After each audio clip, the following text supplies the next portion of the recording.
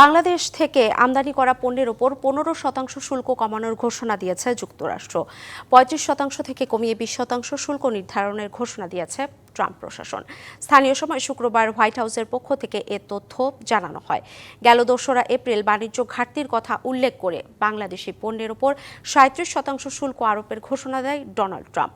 পরে গেল জুলাইয়ে বাংলাদেশি পণ্যের শুল্ক 2% কমিয়ে 35% করেন ট্রাম্প। শুল্কের হার কমাতে যুক্তরাষ্ট্রের সঙ্গে একটি বাণিজ্য চুক্তির জন্য 31শে জুলাই পর্যন্ত বাংলাদেশকে সময় দেওয়া হয়। যুক্তরাষ্ট্রের বাণিজ্য প্রতিনিধি দলের সঙ্গে টানা 3 দিন আলোচনা করেন বাংলাদেশের প্রতিনিধি দলের সদস্যরা। এর পরপরই 15% শুল্ক কমানোর ঘোষণা দিল যুক্তরাষ্ট্র। এদিকে 20% শুল্ক আরোপ করায় বাংলাদেশ প্রতিযোগিতামূলক অবস্থায় থাকবে বলে মনে করছেন বাণিজ্য উপদেষ্টা শেখ বশির উদ্দিন। যুক্তরাষ্ট্রে রপ্তানি বাধাগ্রস্ত হওয়ার আশঙ্কা নেই।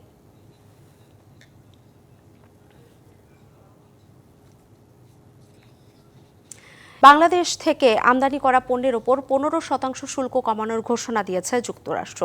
35% থেকে কমিয়ে 20% শুল্ক নির্ধারণের ঘোষণা দিয়েছে ট্রাম্প প্রশাসন।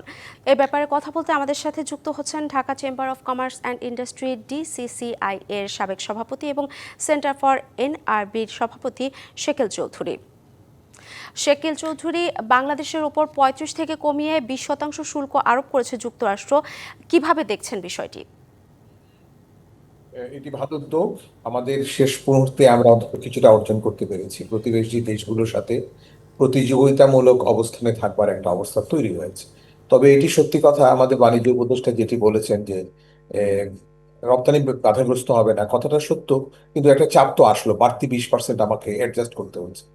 এই অ্যাডজাস্টমেন্টের ব্যাপারে নিরবচ্ছিন্ন কিন্তু কাজ করতে হবে, এবং কাজ যদি আমরা করতে পারি তাহলে আমার মনে হয় যে এই নতুন যে চাপটা আসছে, এটা সকল আমার যে কম্পিটিটর যারা আছেন প্রতিযোগী প্রত্যেকের করে কিছুটা কিছু পড়েছে।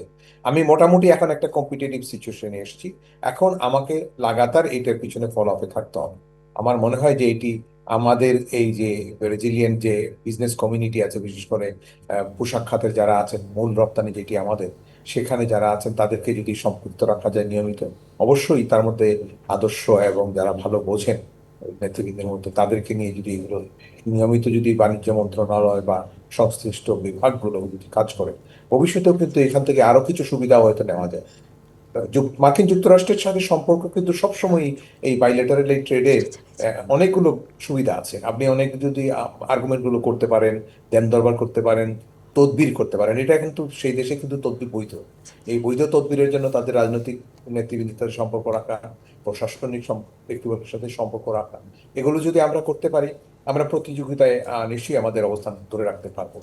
এবং একটা বড় সুবিধাটা হচ্ছে যে আমাদের যে সাইজ অফ সাপ্লাই আছে ইউএস মার্কেটে, এবং প্রাইস যেটা লোয়ার এন্ডের যে প্রোডাক্টগুলো বেশিরভাগ আমাদের এখান থেকে যায়, এগুলো কিন্তু অন্যদের যে কারো পক্ষেই কিন্তু এখন মার্কেটে এসে নতুন করে আমাদের জায়গা নেওয়া বেশ কঠিন। তারপরেও আমি বলবো প্রতিযোগী তৈরি হবে, প্রতিযোগিতা হবে আমাদের সক্ষমতা নিয়ে, এবং সরকারি এবং রাষ্ট্রীয় পৃষ্ঠপোষক সবসময় যেন বাণিজ্যিক প্রতিনিধিদের সাথে থাকে, তাহলে আমরা চলতে পারবো, নিশ্চয়ই চলতে পারবো। শেকেল চৌধুরী, বাণিজ্য উপদেষ্টা জানিয়েছেন যুক্তরাষ্ট্র 20% শুল্ক আরোপ করায় প্রতিযোগিতামূলক অবস্থায় থাকবে বাংলাদেশ। সামনে আসলে কি পরিস্থিতি দাঁড়াতে পারে? একটু তো আমি যেটা বললাম যে একটু তো বেড়েই যাবে। আগে ছিল 15%, এখন অতিরিক্ত 20 হয়ে 35-এ যাবে। তো আমাদের অন্যান্য কম্পিটিটর যারা আছেন, যারা আমাদের সাথে মূলত পোশাক খাতে আমাদের সাথে যারা সহ সাপ্লায়ার বা যারা এক্সপোর্টার যারা আছেন, তাদের সাথে মোটামুটি আমরা কম্পিটিটিভ সিচুয়েশনে আছি।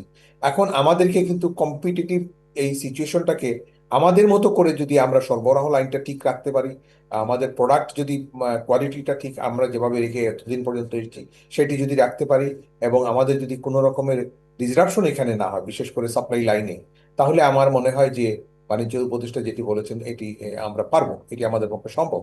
এবং আমি পাশাপাশি এটি বলবো, সরকারকে নিয়মিত এবং নিবিড় একটা সম্পর্ক রপ্তানিকারকদের সাথে রাখতে হবে, যাতে পার্টিকুলারলি এই খাতে এই দেশে যারা কাজ করছেন তাদের সাথে, যাতে আমরা কোনো রকমের অসুবিধা মোকাবেলা করতে না পারি। শেকেল চৌধুরী, ধন্যবাদ আপনাকে। কোনোভাবেই স্বাভাবিক হচ্ছে না বাংলাদেশি নাগরিকদের ভিসা পাওয়ার বিষয়টি। অনেক দেশই সম্পূর্ণভাবে বন্ধ রেখেছে পর্যটক ভিসা কার্যক্রম। কোথাও কোথাও বেড়েছে ভিসা প্রত্যাখ্যানের সংখ্যা। পররাষ্ট্র উপদেষ্টা বলছেন, ভুল বা মিথ্যা তথ্য দেওয়ার জন্যই এই জটিলতা। আর বিশেষজ্ঞরা বলছেন, বাংলাদেশকে নিয়ে আস্থার সংকটে ভুগছে বিভিন্ন দেশ। বাংলাদেশ থেকে খুব সহজেই ভিসা পাওয়া যেত এমন অনেক দেশের ক্ষেত্রে ভিসা পাওয়া এখন কঠিন হয়ে গেছে। কোনোটিতে সম্পূর্ণ বন্ধ হয়ে গেছে ভিসা দেওয়া। আপাতত পর্যটক ভিসা বন্ধ রাখার তালিকায় রয়েছে ভারত, দুবাই, ভিয়েতনাম, উজবেকিস্তান, মিশর, তুরস্ক। ভিসা পাওয়া যায়, কিন্তু অ্যাপয়েন্টমেন্ট নিতে হয় ইন্দোনেশিয়া ও ফিলিপাইন থেকে। থাইল্যান্ডে সময় লাগছে 1 মাসের বেশি। সিঙ্গাপুরে বেড়েছে ভিসা প্রত্যাখ্যানের সংখ্যা। শিক্ষার্থী ভিসায় ইউরোপ পড়তে যাচ্ছেন অনেকেই। তাদের মতে আগের চেয়ে আবেদনকারীর সংখ্যা বৃদ্ধি পেয়েছে কয়েক গুণ। তাই ভিসা প্রত্যাখ্যানের সংখ্যাও বেশি। বিভিন্ন গ্রুপে অ্যাড আছি, তো ওখান থেকে দেখতে পাচ্ছি যে বিগত বছরগুলোর তুলনায় এবার হচ্ছে বেশি রিজেকশনের হার। আমার একটা ফ্রেন্ড কানাডাতে রিজেক্ট হয়েছে 2 বার। ওদেরও তো একটা টার্গেট থাকে যে এই বছর এতগুলা ভিসা দিবে, অ্যাপ্লিকেন্ট অনেক বেশি। পররাষ্ট্র উপদেষ্টা এই জন্য দায়টা চাপালেন বাংলাদেশিদের উপরই। ফেক ডকুমেন্টস একটা অন্যতম প্রধান সমস্যা আমাদের। এটা এখনো আগের মতো চালানোর চেষ্টা হচ্ছে অনেক ক্ষেত্রে, কিন্তু এটা সহজেই কিন্তু ধরা পড়ে, যে কারণে এই পরিস্থিতিটার সৃষ্টি হয়েছে। আমাদের ঘর গোছাতে হবে, আমাদের এখান থেকে যাতে এই ধরনের অপরাধমূলক কার্যক্রম না হয় সেটা দেখতে হবে। তাহলে ধীরে ধীরে আমরা এটা আবার ঠিক করে নিয়ে আসবো।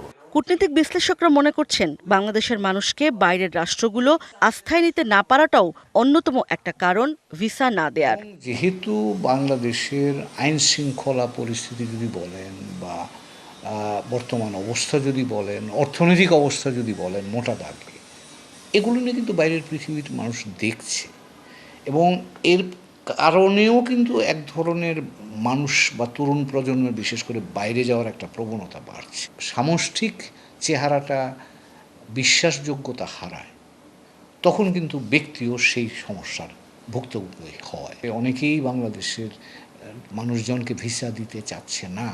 এটা কিন্তু একটা আস্থার সংকটেরই একটা প্রতিফলন বলে আমার ধারণা। সমস্যা জিইয়ে না রেখে সমাধানের পথ খুঁজতে পররাষ্ট্র মন্ত্রণালয়কেও কাজ করতে হবে বলছেন সংশ্লিষ্টরা। স্বস্তিকর একটা জায়গায় না আনতে পারবো। ইশরাত জাহান উর্মি, ডিবিসি নিউজ, ঢাকা।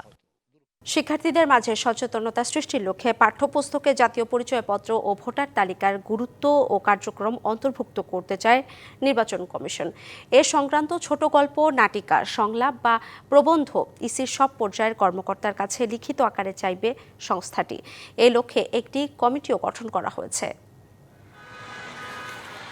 জাতীয় পরিচয়পত্র সম্পর্কে অনেকেরই স্পষ্ট ধারণা নেই। তারা জানে না কিভাবে আবেদন করতে হয় এবং কার্যক্রম সম্পন্ন করতে হয়। এমনকি জাতীয় পরিচয়পত্রেরও গুরুত্বও জানে না অনেকে। নাগরিকদের সচেতন করতে জাতীয় পরিচয়পত্র এবং ভোটার তালিকার যাবতীয় কার্যক্রম ও গুরুত্ব পাঠ্যপুস্তকে অন্তর্ভুক্ত করার পরিকল্পনা করছে নির্বাচন কমিশন। এ লক্ষ্যে 5 সদস্যের একটি কমিটিও গঠন করা হয়েছে। প্রাথমিক, মাধ্যমিক ও উচ্চ মাধ্যমিকের পাঠ্যপুস্তকে ভোটার তালিকা ও এনআইডির বিষয়ে অন্তর্ভুক্ত করতে চায় নির্বাচন কমিশন। যদি এনআইডিটা পাঠ্যপুস্তকে নেওয়া যায় এবং ছোটবেলায় বাচ্চাদেরকে এই এনআইডির ব্যবহার, এর গুরুত্ব এবং এর সুবিধা অসুবিধা এবং এর যে বিশেষ করে তথ্য, সেই তথ্যের নিরাপত্তা এবং সেই তথ্যের সঠিকতা, এটা যদি ছোটবেলা থেকেই শিখিয়ে দেওয়া যায়, তাহলে মানুষেরা নতুন করে আমাদের কাছে সংশোধন করতে আসতে হবে না। তিনি আরও জানান, এর মাধ্যমে শিক্ষার্থীরা দায়িত্বশীল নাগরিক হিসেবে গড়ে উঠতে পারবে। এ লক্ষ্যে মাঠ পর্যায় সহ ইসি সচিবালয়ের কর্মকর্তাদের এই সংক্রান্ত লেখা আহ্বান করা হবে। ছোটবেলা থেকে যখন তারা শিখে যাবে এনআইডির এই বিষয়গুলো, স্কুল থেকে, কলেজ থেকে অথবা মাধ্যমিক বিদ্যালয় থেকে, তখন কিন্তু তারা খুবই গুরুত্বের সাথে এটা ব্যবহার করবে। তো সার্বিক বিষয়গুলো বিবেচনা করে আমরা এনআইডিকে পাঠ্যপুস্তকে অন্তর্ভুক্ত করার একটা উদ্যোগ গ্রহণ করেছি এবং এই জন্য আমরা একটা কমিটি গঠন করেছি। সর্বশেষ হালনাগাদ তথ্য অনুযায়ী বর্তমানে বাংলাদেশে মোট ভোটার 12,37,274 জন। নূপুর মাহমুদ, ডিবিসি নিউজ, ঢাকা। আলোচনা, যুক্তিতর্ক, কোনো দলের সভাবর্জনের মধ্য দিয়ে শেষ হলো সংস্কার নিয়ে রাজনৈতিক দলগুলোর সঙ্গে ঐকমত্য কমিশনের বৈঠক। দ্বিতীয় পর্যায়ের আলোচনায় 19টি মৌলিক সংস্কারে প্রায় সব দলই একমত হয়েছে। জুলাই সনদ বাস্তবায়ন ও এর আইনি ভিত্তি নিয়ে মুখোমুখি বেশ কয়েকটি দল। জামায়াত, এনসিপি সহ বেশিরভাগ দলই আইনি ভিত্তি চাইলেও বিএনপি ও সমমনা জোটের মতামত ভিন্ন।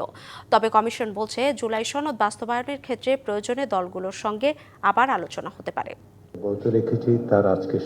বেলা 11:30টার পর রাজধানীর ফরেন সার্ভিস একাডেমিতে শুরু হয় জাতীয় ঐকমত্য কমিশনের শেষ দিনের আলোচনা। সে আলোচনা চলে রাত 10টা পর্যন্ত।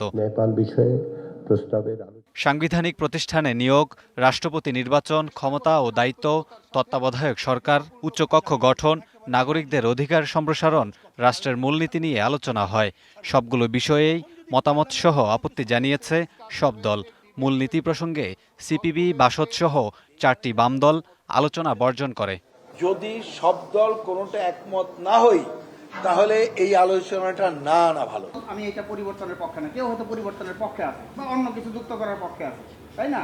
তাহলে সেই ম্যান্ডেট নিয়ে তারা যদি করে, এটা তাদের একক রেসপন্সিবিলিটি, এটা আমার রেসপন্সিবিলিটি না। তাহলে আমি কেন এই রেসপন্সিবিলিটি নিব? বেশিরভাগ দল পিআর পদ্ধতি চাইলেও বিএনপি সহ সমমনা দলগুলো তা চায় না। কারণ কনস্টিটিউশন অ্যামেন্ডমেন্টের বিষয় হচ্ছে সার্বভৌম পার্লামেন্টে যারা সরাসরি জনগণের দ্বারা নির্বাচিত প্রতিনিধি, সেই এমপিদের, সংসদ সদস্যদের, তারা সংবিধান সংশোধনের ক্ষেত্রে এখতিয়ার প্রাপ্ত। তবে জামায়াত, এনসিপি সহ বেশিরভাগ দলই সনদের আইনগত ভিত্তি চাইলেও বিএনপির মত ভিন্ন। বাস্তবায়নে কমিশনকেই কাজ করতে হবে এমন চাওয়া বেশিরভাগ দলের। এতদিন যা কাজ করছি, যদি এটা আইনি ভিত্তি না দেয় তাহলে এটি জিরো। এবং আমি বলেছি যে এটাকে আইনি ভিত্তি না দিলে যে জিরো হবে, সেজন্য আমরা কমিশন এবং সরকারের বিরুদ্ধে কম্পেনসেট মামলা করব। কোনো আইনি ভিত্তি না থাকে, সাইন করার না করার ভিতরে কোনো ডিফারেন্স। বাস্তবায়নের পদ্ধতি নিয়েও রাজনৈতিক দলগুলোর সাথে আলোচনা হতে পারে এমন একটা আভাস তিনি দিয়েছেন, কিন্তু এখনো পর্যন্ত তিনি এই আলোচনাটা কিভাবে হতে পারে সেটা সুনির্দিষ্ট করেন নাই। বৈঠক শেষে রাজনৈতিক দলগুলোর কাছে জুলাই সনদের পূর্ণাঙ্গ খসড়া দ্রুত পৌঁছে দেওয়ার আশা কমিশনের সহসভাপতির। বাস্তবায়নে আবারও আলোচনা হতে পারে বলেও মত তার। ইতিমধ্যে জাতীয় সনদের যে খসড়া দেওয়া হয়েছে সে বিষয়ে বিভিন্ন রাজনৈতিক দলের মতামত পাওয়া গেছে। তারই ভিত্তিতে আমরা আশা করছি যে জাতীয় সনদের স্বাক্ষরের ক্ষেত্রে আমরা অগ্রসর হতে পারব। সকলকে সমন্বিত করে সকলের সাথে এই বিষয়ে পথ পদ্ধতি নিয়ে আলাপ আলোচনায় আমরা অংশ নেব।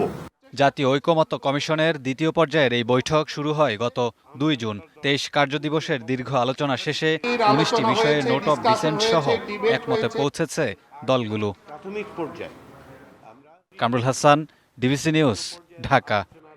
সারা দেশে জ্বর, সর্দি, কাশির মারাত্মক প্রকোপ দেখা দিয়েছে। চিকিৎসকরা জানালেন, মানুষ বেশি আক্রান্ত হচ্ছে সাধারণ ভাইরাস ও শ্বাসতন্ত্রের সংক্রমণজনিত জ্বরে। সব জ্বরের একই রকম বা কাছাকাছি উপসর্গ হওয়ায় চিকিৎসা দিতে সমস্যায় পড়ছেন চিকিৎসকরা। তাদের পরামর্শ, হালকা উপসর্গ দেখা দিলে আতঙ্কিত না হয়ে ঘরে বিশ্রাম নিতে হবে। মহাখালীর ডিএনসিসি কোভিড-19 হাসপাতালে 7 মাসের বাচ্চার চিকিৎসা নিতে এসেছেন সাততলা বস্তির বাসিন্দা জসিমউদ্দিন। বাচ্চার হলো জ্বর, সর্দি, কাশি, আবার এই গোড়া উঠছে গায়ে, বয়স 7 মাস। এরকম ঘরে ঘরেই এখন রোগী। তীব্র জ্বরে কাবু করে ফেলায় হাসপাতাল থেকে হাসপাতালে ছুটছেন অনেকে। মশার প্রজনন মৌসুম চলায় অনেকে ডেঙ্গু মনে করে আরো বেশি আতঙ্কিত। জ্বর আসছে, জ্বর আসে যায় এরকম 10-12 দিন হয়ে গেছে। কাশির লোকের সাথে সাথে বমি এসে যায়। জ্বর মূলত আপনার 3 দিন ধরে, তো এই জায়গায় আগে টেস্ট দিছিল, ওগুলা করাইছি, করানোর পরে একটু কমছিল। বাচ্চার জ্বর 3 দিন ধরে, ডাক্তার দেখাইছি, ওষুধ দিছে, বলছে রক্ত টেস্ট করতে। হাসপাতাল কর্তৃপক্ষ জানিয়েছে জ্বর, গলা ব্যথা, কাশি, দুর্বলতা নিয়ে আসা রোগী অনেক বেড়ে গেছে। আমরা আউটডোরে কিন্তু এভরিডে 500 থেকে 600 জ্বরের রোগী পাচ্ছি। এখানে কিন্তু আমাদের সবগুলো কিন্তু ডেঙ্গি নয়।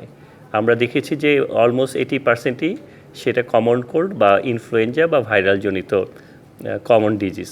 এদিকে চলতি বছরে সবচেয়ে বেশি ডেঙ্গু আক্রান্ত হয়েছে জুলাইয়ে, যেখানে 1 মাসে আক্রান্ত 10,000-এর বেশি, আর বাকি 6 মাসে ডেঙ্গু আক্রান্ত 20,000। বিশেষজ্ঞ চিকিৎসকরা বলছেন একসঙ্গে ছড়াচ্ছে একাধিক ভাইরাস, উপসর্গগুলো একটির সাথে মিলে যাচ্ছে অন্যটি। সবগুলো সিমটমই কিন্তু মোরালেস সেম, কারণ হচ্ছে কি আমাদের যে এই কোভিডের যে নতুন ভেরিয়েন্ট সেখানে কিন্তু সর্দি কাশিটা কিন্তু এত বেশি থাকছে না। ডেঙ্গুতে কিন্তু সর্দি কাশি থাকতে পারে, ডেঙ্গুতে কিন্তু ডায়রিয়া থাকে। চিকুনগুনিয়া যদি ধরি সেটা তো কিন্তু আপনার কম বেশি একই রকম সিমটম নিয়ে আসতে পারে। আমি প্যারাসিটামল খাবো, কারণ প্যারাসিটামল প্লাটলেটের উপরে কোনো সমস্যা সৃষ্টি করে না। যে কোনো ভাইরাস জ্বরের জন্যই আমরা বলি ট্রিটমেন্টে কি প্রচুর পরিমাণে আমরা হেলদি ফুড খাওয়ার চেষ্টা করব। এ সময় রোগীদের স্বাস্থ্যকর খাবার ও সাবধানতা অবলম্বনের পরামর্শ দেন তিনি। তাহসিনা জেসি, ডিবিসি নিউজ, ঢাকা। ঠাকুরগাঁও 250 শয্যা বিশিষ্ট জেনারেল হাসপাতালে জলাতঙ্কের টিকার সংকট চরমে। প্রতিদিন রোগী ভিড় জমে টিকাদান কেন্দ্রের সামনে, কিন্তু ফিরতে হয় হতাশ হয়ে। গেল 6 মাস ধরে হাসপাতালটিতে দেখা গেছে এই চিত্র। ভ্যাকসিন কেনার প্রক্রিয়া চললেও কবে মিলবে জানা নেই কর্তৃপক্ষের। ঠাকুরগাঁও 250 শয্যা বিশিষ্ট জেনারেল হাসপাতালে নেই পোষা বা বন্য প্রাণীর কামড়ে আক্রান্তদের জন্য প্রয়োজনীয় ভ্যাকসিন। প্রতিদিন 90 থেকে 100 রোগী আসে জলাতঙ্কের টিকা নিতে, কিন্তু ফিরতে হয় হতাশ হয়ে। হাসপাতালটিতে 6 মাস ধরে নেই সবচেয়ে প্রয়োজনীয় রেবিস ইমিউনোগ্লোবুলিন বা RIG টিকা। 1 মাস বন্ধ ছিল ARV টিকাও। তবে 3রা জুলাই ভ্যাকসিন এলেও মজুদ শেষ 3 দিনের মধ্যে। আমার মাকে আজকে সকালে বিড়াল কামড়াইছি, ওটা তো ফ্রি দেওয়ার কথা, এখন ওনার বলে সাপ্লাই নাই এখান থেকে হাসপাতাল থেকে, এখন আমাকে কিনে নিয়ে আসতে হইলো। আমার টাকার পয়সা কিছু নাই, সেই ভ্যাকসিনটা কিনে নিয়ে আসলাম দোকান হাতে, 1000 টাকা নিতে। কষ্ট হবে না? আমি গরিব লোক, আমার কেউ নাই। হ্যাঁ, এটা কষ্ট হবে না, এটা ভ্যাকসিনটা 1000 টাকা করে, এখন গরিব মানুষ, এখন কিনে নিতে একটা হচ্ছে না। আমাদের দাবি সরকার হাতে ফ্রি দিতে হবে। চলতি বছরে 25,000 ARV ভ্যাকসিনের চাহিদা দিলেও মেলে 3,000, আর 5,000 RIG ভ্যাকসিনের বিপরীতে সরবরাহ আসে মাত্র 300। 2025 সালের জানুয়ারি মাস থেকে এখন পর্যন্ত আমাদের স্বাস্থ্য অধিদপ্তরে আমরা 5 বার চাহিদা দিয়েছি। এই 5 বারে আমরা অ্যান্টি রেবিস ভ্যাকসিন আমরা চাহিদা দিয়েছি 25,000, আর ওটা আমরা সরবরাহ পেয়েছি 3,000।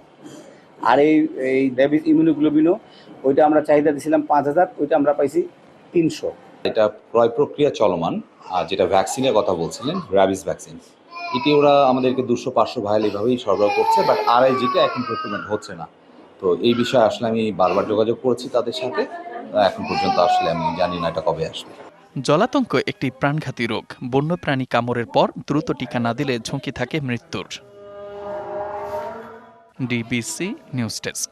রাজশাহী বিশ্ববিদ্যালয় কেন্দ্রীয় ছাত্র সংসদ রাকসু নির্বাচনের আচরণবিধি প্রকাশ হয়েছে।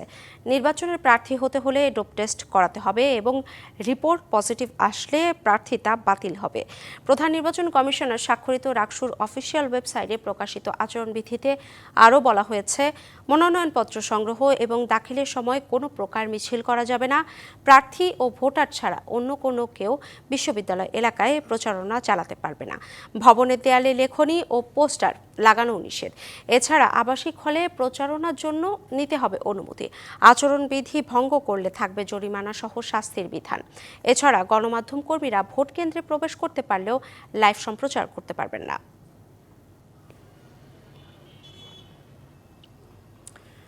হবিগঞ্জে বিদ্যুৎ উৎপাদন কেন্দ্রে অগ্নিকাণ্ডে জেলার 9 উপজেলার 5টিতে 14 ঘন্টারও বেশি সময় ধরে বিদ্যুৎ সরবরাহ বন্ধ রয়েছে।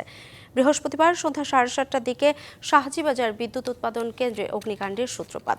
ফায়ার সার্ভিস জানায়, টানা বৃষ্টিতে বৈদ্যুতিক গোলযোগে বিদ্যুৎ কেন্দ্রে আগুন লাগে। এতে 2টি ট্রান্সফরমার পুড়ে গিয়ে প্রায় কোটি টাকার ক্ষয়ক্ষতি হয় বলে প্রাথমিকভাবে ধারণা করা হচ্ছে।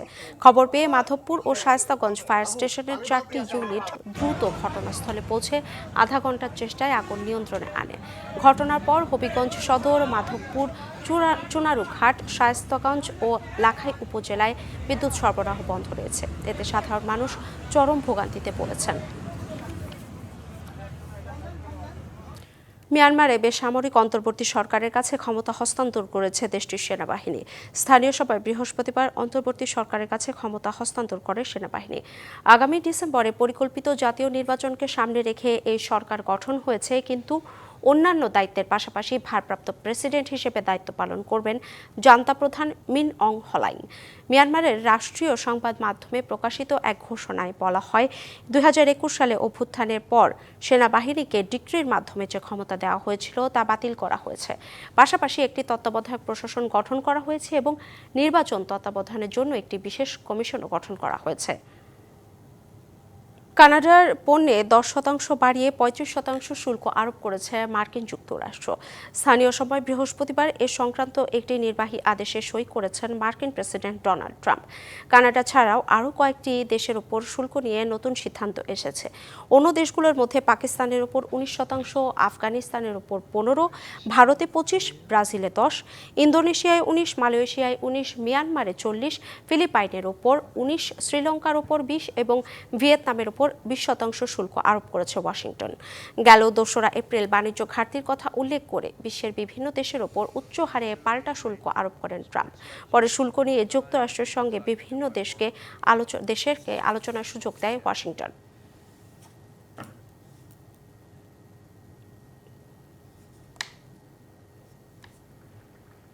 এবার দেখে নেব আজকে জাতীয় দৈনিক পত্রিকাগুলোর প্রধান শিরোনাম। প্রথমে আমরা চলে যাব প্রথম আলোতে। প্রথম আলো শিরোনামটি দেখে নিব, মৌলিক 19 সংস্কার বিষয়ে সিদ্ধান্ত, 9টিতে ভিন্ন মত।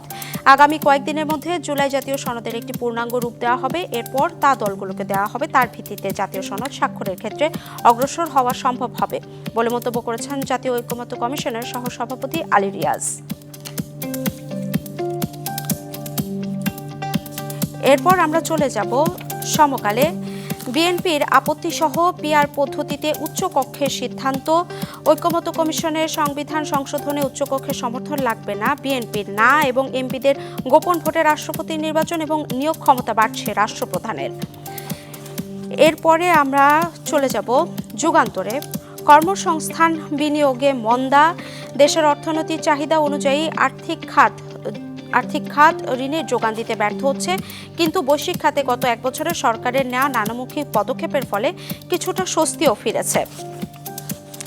এরপরে আমরা দেখে নেব কালবেলার শিরোনামটি, ফেব্রুয়ারি ধরেই নির্বাচনী প্রস্তুতিতে বিএনপি, পিআর পদ্ধতিতে হবে সংসদের উচ্চকক্ষের 100 আসন। এরপরে আমাদের হাতে আছে বাংলাদেশ প্রতিদিন, শেষ চেষ্টায় কমিশন এবং হাসিনা পরিবারের বিচার শুরু, দুদকের মামলায় আসামি সাবেক প্রধানমন্ত্রী সহ শেখ রেহানা জয় এবং পুতুল। এরপর আমরা দেখে নেব দৈনিক ইত্তেফাক, দেশে প্রতি 4 জনে 1 জন বহুমাত্রিক দারিদ্র্যে বাস করছে, গ্রাম শহরে বৈষম্য প্রকট এবং জনসংখ্যার 24.05% বা 3,97,77,000 মানুষ বহুমাত্রিক দারিদ্র্যে বসবাস করছে। এরপর আমরা চলে যাব কালের কণ্ঠে, 2 কক্ষের সদস্যদের ভোটে নির্বাচিত হবেন রাষ্ট্রপতি, জাতীয় ঐকমত্য কমিশনের সংলাপ, 3 বাহিনী ও 2 গোয়েন্দা সংস্থা প্রধানের নিয়োগ সরাসরি রাষ্ট্রপতির হাতে রাখার প্রস্তাব এবং নোট অব ডিসেন্ট সহ 19 বিষয়ে ঐকমত্য বলেছেন আলী রিয়াজ। এরপর আমরা চলে যাব বণিক বার্তায়, সমাপনী অনুষ্ঠানে সেনাপ্রধান, জাতীয় চ্যালেঞ্জ মোকাবেলায় গুরুত্বপূর্ণ ভূমিকা রাখছে ক্যাপস্টোন ফোর্স। গতকাল বীরপুর সেনানিবাসে ন্যাশনাল ডিফেন্স কলেজে 3 সপ্তাহব্যাপী স্ট্র্যাটেজিক লিডারশিপ প্রশিক্ষণ সমাপনী অনুষ্ঠানে তিনি মন্তব্য করেন। এখন আমরা দেখে নেব ইংলিশ পত্রিকাগুলোর প্রধান শিরোনাম। আমরা চলে যাব ডেইলি স্টারে, inflation tariff risk keep Bangladesh on tight monetary path. The repo rate remains unchanged at 10%. এরপর আমাদের হাতে রয়েছে the business standards, white elephants bleed Bangladesh dry, SOE debt skyrockets to 6.4 lakh crore. এরপর আমাদের হাতে আছে daily observer, NCC for 100 member upper house on PR, BNP allies defer NCC proposed president's power to appoint army, navy, air force chief. সবশেষ আমাদের হাতে আছে New Age, consensus on president election reach, NCC decides upper house with PR amid opposition.